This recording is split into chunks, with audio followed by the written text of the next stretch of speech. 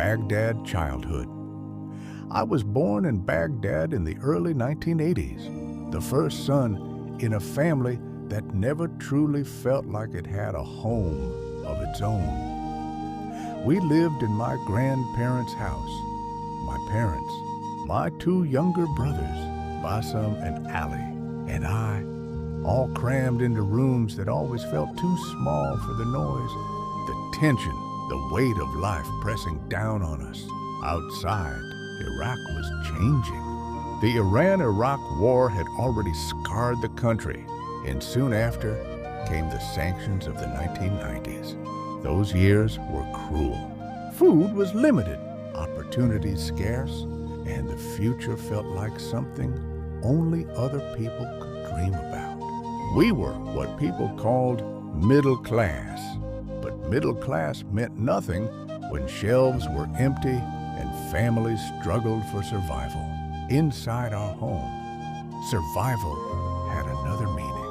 My father was a man of anger. To him, respect came only through fear. His words were sharp, his hands and tools sharper. A belt, a slipper, a stick, even the cord from an appliance. Anything could turn into a weapon. By the time I was 4, I understood that my father's love, if it existed, was hidden behind discipline that felt like punishment for simply being alive. I remember sitting in our kindergarten classroom, noticing how other children spoke of their parents with warmth, how they ran to them with smiles. I never felt that. With us, everything my parents did felt like a favor, not a responsibility. And yet, as the oldest son, I carried a weight. My brothers didn't. Expectations, fear, the unspoken rule that I must endure the hardest punishments, the harshest words, and somehow still stand tall for Bassam and Ali.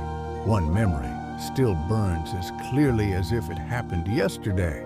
I was 6 years old. My father came home from work, sweating in the stifling Baghdad heat.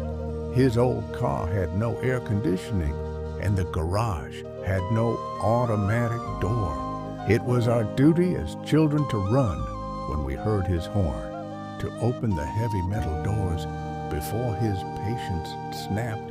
That day, the house was full of relatives. My uncles and cousins filled the living room, their voices